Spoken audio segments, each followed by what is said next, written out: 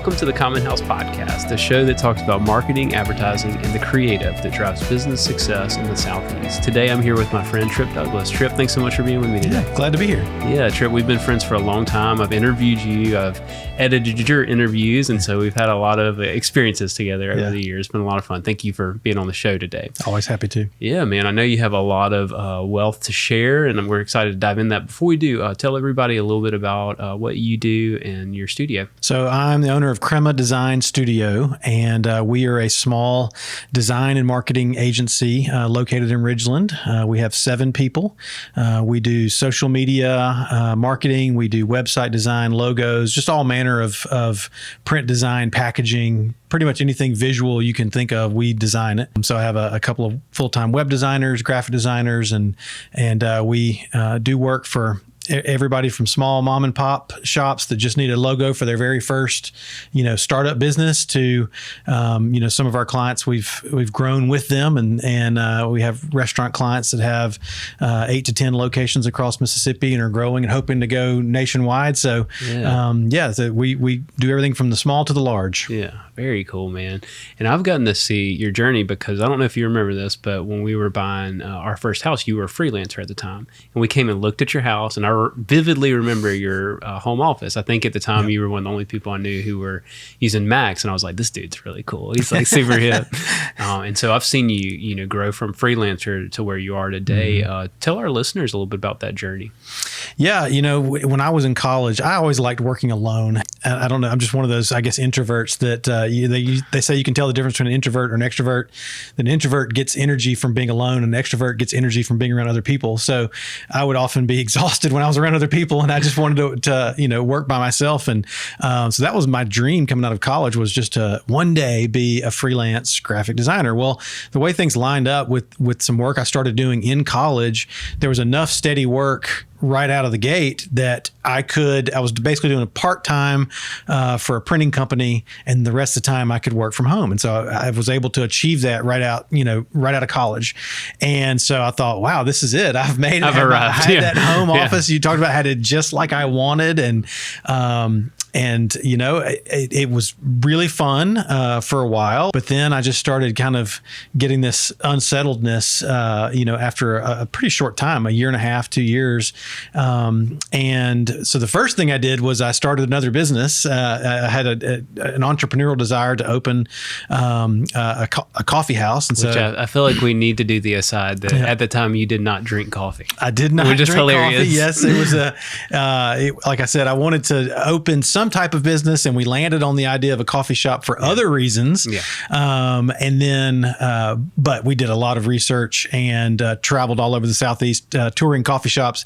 And I very quickly fell in love with coffee and was fully addicted by the time we opened. But so I opened the coffee shop. That kind of fulfilled that need I suddenly discovered of being around other people and not just being isolated all the time. I think, a few years ago during COVID, a lot of other people found out, kind of the lesson that I learned, that we weren't necessarily meant to stay within the same 4 walls of our home all day, every day, that you need to get out and do things. So anyway, so I continued to be freelance while running the coffee shop. And that sort of became my office. And then as my clients grew, which is great, you always want to help your clients grow, but as they grew, their needs grew. And I got to a point where I was at a breaking point. Like I could not continue running the coffee shop and providing the services that I needed for my clients. So I needed to give something up or make a change. And so I decided to form a design studio and start hiring other designers to help me with the workload. And then it just started expanding from there. Yeah, and you actually still employ your first employee, right? Yeah, all these years later. Knock on wood. Yeah, that first hire was a home run, and that's very rare. But I feel very blessed that he's still with us, and I have a small team of 6 designers with me now. Very cool, very cool. So for someone listening, some folks that are listening, they're in marketing or they run an agency, but then some folks, they are kind of curious, like, hey, I'm a freelancer, but I've kind of felt that itch or I've felt that desire.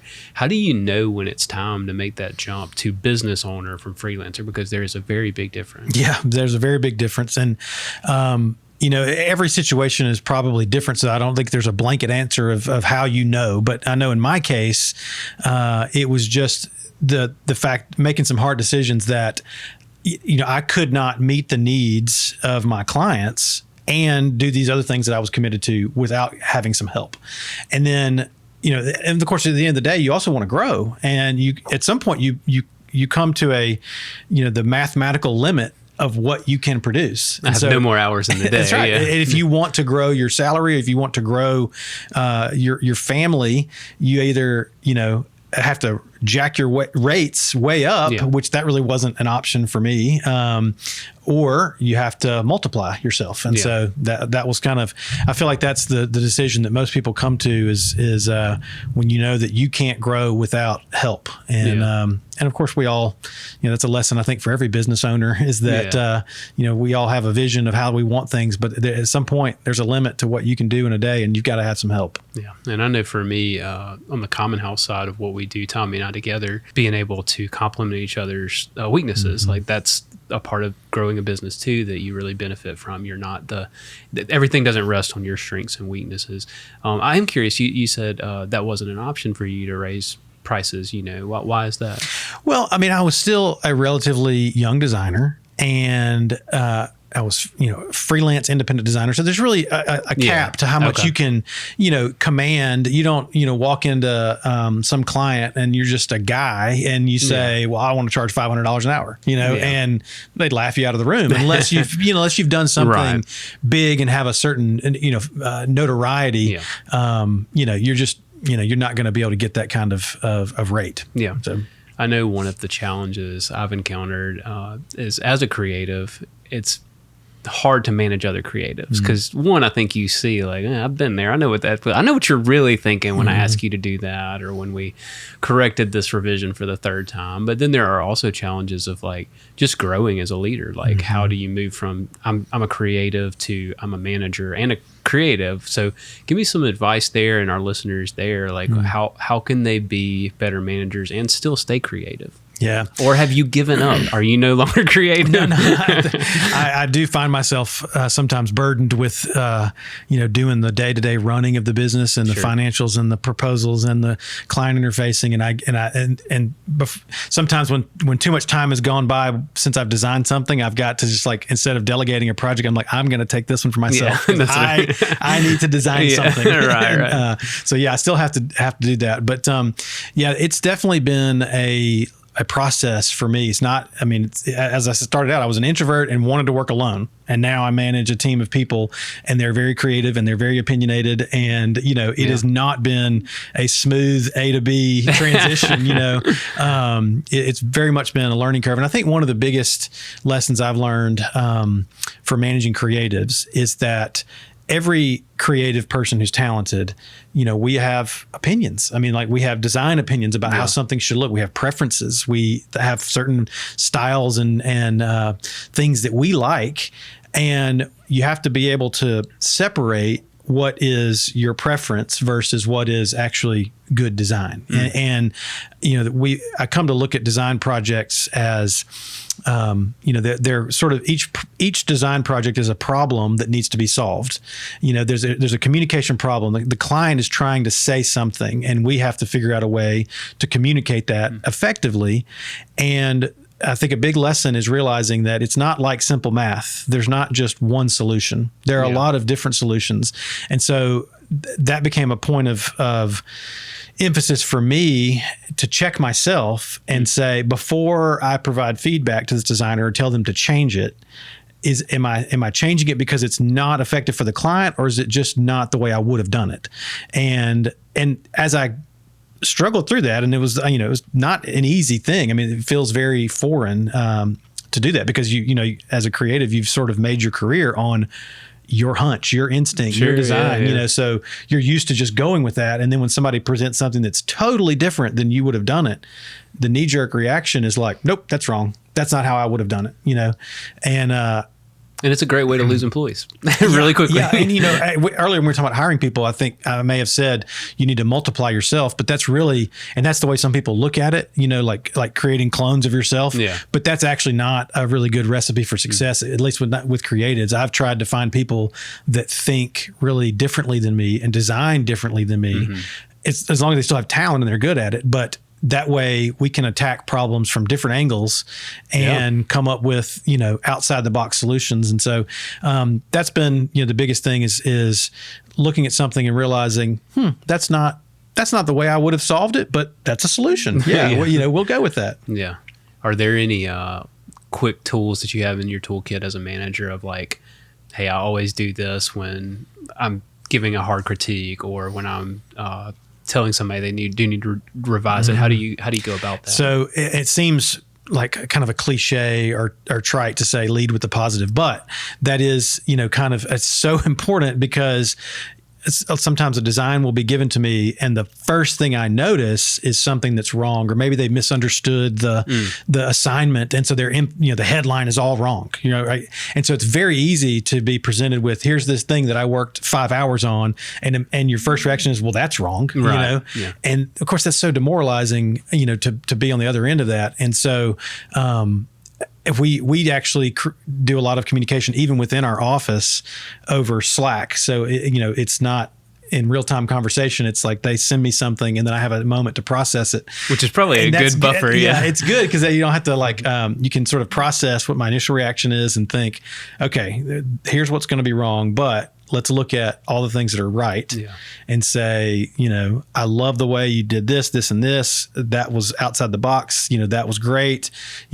Client said we needed this, and so we needed to probably tweak this. So it's it's finding a way to you can say sugarcoat it or just deliver it gently, but the main thing is just don't focus on only the part that's wrong. You still need to address the part that's wrong, but don't let that be the only thing that you point out or discuss. I think that's the difficult part as a creative manager is you're balancing the desires of the client, but also your team, because you want them to be built up. You want them to improve. You want them to feel moralized, the opposite of demoralized. I don't know if that's a word, but you do want to encourage them in their journey. So very cool, Tripp. Now this is a passing conversation that we had a few years ago. You probably don't even remember it, but for me it was very meaningful. But I know oftentimes we're just talking about this thing that hit or this piece of content that just blew up out of the blue or this tactic that worked. I think it's easy to start chasing that. How do we do something that's going to really have a big splash? But I feel like the better question is, how do we create meaningful, lasting work for our clients? And how do you approach that? Because I'm sure you have to also garner the desires of your clients to make a big splash with certain things. Yeah. So it's not an easy topic because marketing is very trendy. And of course now with, the way the world moves now with social media, the trends are so fast and fleeting sometimes by the time you try to copy the trend, it's gone. And if you are one of those brands that's trying to get in on something that was on TikTok last week and now you look kind of sad because it's right. moved on, So, but we really, our design studio is, like you said, focused on creating timeless design and not necessarily trendy, whatever the fad is. And so for that reason, we have not, the social media that we put out is focused on understated beauty and not necessarily making, we don't conduct social media campaigns to make people laugh and there's great value in that. Don't get me wrong, but a lot of our clients they're relatively small and they're trying to get their name out, and they're trying to solidify their brand in people's mind. And so we're really, the thing we really love doing is brand building. And so just it helped defining what this company is, like what their brand looks like, but what their voice is in the marketplace, kind of the way that people perceive them. And that flows through every bit of their design. So in the case of a restaurant, it's their social media, but it's also their website and their logo and their menu design and the table tents that are on the table and their to-go menus. And so it's all those things. Consistency. And we want to bring that consistency and those things, we're not so much following trends in the marketplace. We're sort of helping them define. We want them to be a trend, right? So we don't really want. In fact, when we look at other competitors to our clients, we're on the lookout for what they're doing so that we don't do that. So we don't want our clients to be confused with some other restaurant that's doing something similar on TikTok. We really want them to be different. And honestly, in this day and age, sometimes it's enough to stand out just by using design, because now the trend is kind of to be undesigned. It's sort of raw and unvarnished, and so it's like anything that the trends come and go, but we really strive to create something that, because the principles of good design don't change. The kind of the coat of paint that goes on those designs may change, but the principles of good design, and again, it's all about communicating how you get someone's attention, how you communicate your message, how those things are pretty consistent in spite of the trends coming and going. Yeah, that's a good reminder for us, for sure, Tripp. As we wrap up today, I had you talk about this on a podcast probably 7 or 8 years ago. So I'd love to ask you kind of a two-part question with this, but talking about white space in design, but also in our life, and separate from our conversation about 7 or 8 years ago, I'd love to hear, has that thought kind of evolved for you any, and how's that changed? Your kids are older, they're busier. I'm sure that life has changed a little bit. So speak to that for us a little bit. Yeah. So the concept of white space, because people that are listening may not even know that, be familiar with that design term, but when we're doing a layout of a page layout or anything really, white space refers to just vacant space that helps the viewer focus their attention on the things that you want them to focus on. We've all seen designs, magazine ads or something that are just filled with words, from edge to edge. And usually your reaction is like not to read it because it's just overwhelming, right? Yeah. And so the principle of good design is the negative space, or the white space, the empty space, creates focus on those elements that are important. And I saw a parallel with how we can apply that same principle to our lives, that our lives, by default get filled up edge to edge, no margin whatsoever. And because you don't have to try, especially if you're a business owner, or even if you just work in a thriving company and you have a family and that family's growing. Yeah. I mean, you don't have to make any effort at all, and your days will be full, your hours will be full, you'll be dying to go on a vacation and just unplug for a while. And it's become kind of a cliche, and I think that especially as a business owner, somebody that works in a small business, you have to make an intentional effort to carve out that white space for yourself, and you have to. It's easier said than done, of course, but you have to turn off your brain at some point thinking about it, because that's as entrepreneurs. That's sort of like, I've always heard people say that you have the freedom of owning your own business. And what that really means is the freedom to not clock out at 5 o'clock, the freedom to work all weekend for $0, the freedom to work 100 hours a week. Yeah. That's what it means, really. And like, that was another thing that I learned actually from working at home, was that it was almost impossible for me to clock out, because I was always in my office. Yeah. I mean, I would be sitting on the couch watching television, and that computer sitting in the other office, and that project needs to be done. Yeah. And so it would be almost calling me, like, go in there and work on it. And so it's about defining boundaries, and even though you can work on something, even though you could get ahead, it might be better for you to unplug and do something else for a while, and that makes you more effective when you come back. And so how has it worked out for me? You've mastered it? No, but it depends on the day you ask me. But it is something that I have strived really hard to implement in my life, and that's been honestly one of the benefits of growing and hiring more creatives, is that.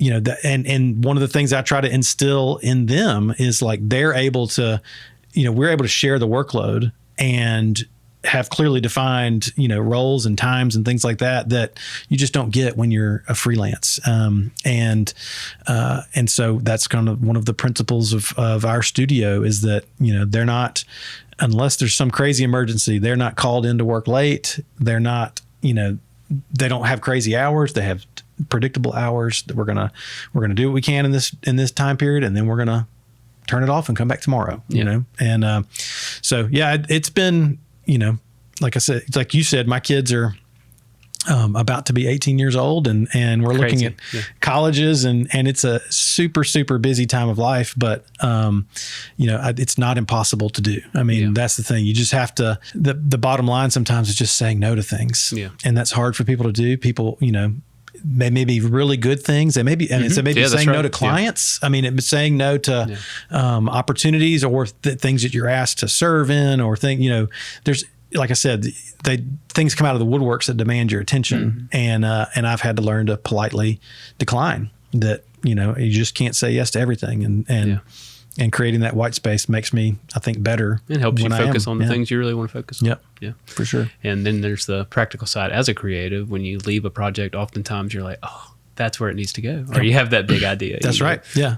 That's why most of those ideas we have are the great idea in the shower kind of token thing that people say, like that's because you've stepped back and your mind is relaxed for a moment. So, well, Tripp, I enjoyed our conversation as usual. Let's not let 7 or 8 years go before we have you on another show, but thank you so much.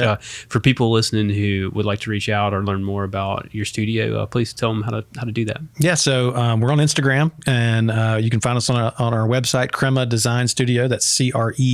It's a coffee term. CremaDesignStudio.com. And you can check out our work. In fact, we'll be launching our new website here in the next couple of weeks that we're excited about. You know, it's another thing that's always difficult to work on your own. That's right. The hairdresser with messy hair. That's right. It happens. Yeah.